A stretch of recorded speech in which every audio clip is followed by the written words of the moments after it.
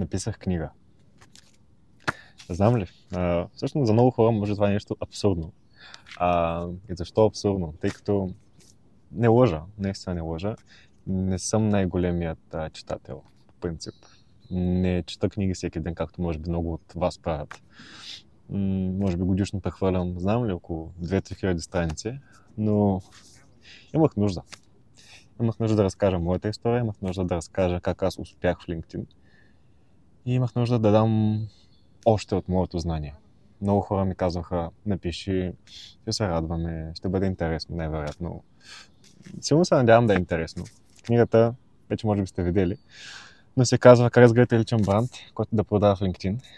С подзаглавие пише като животно на свинес. Нещо като посланието ми към вас.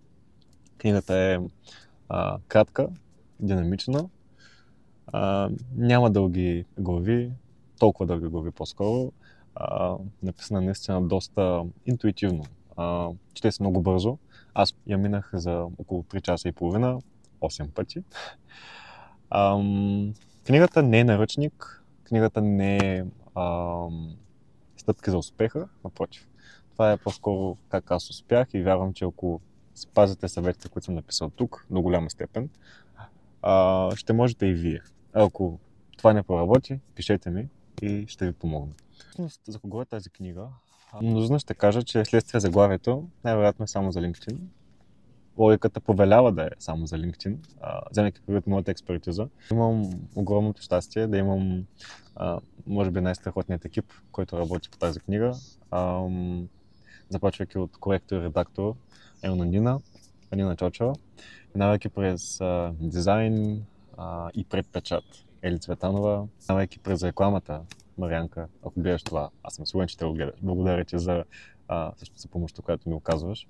Както всички хора, които са около мен, всички хора, които написаха предговор. Тук може би момент да ги спомена и тях.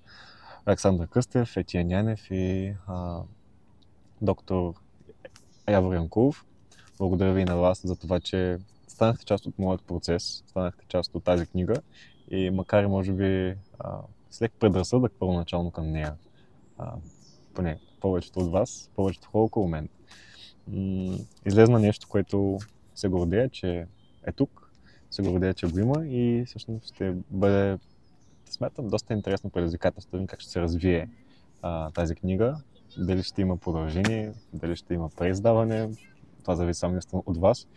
Ако желаете да ми помогнете, да ме подкрепите, тази книга е за вас. Ако желаете да ми помогнете все пак, но нямате интерес от LinkedIn, то аз съм сигурен, че имате познат или приятел, който би искал да може да се позиционира по-добре, да се намери работа, защо не, и да му помогнете на него.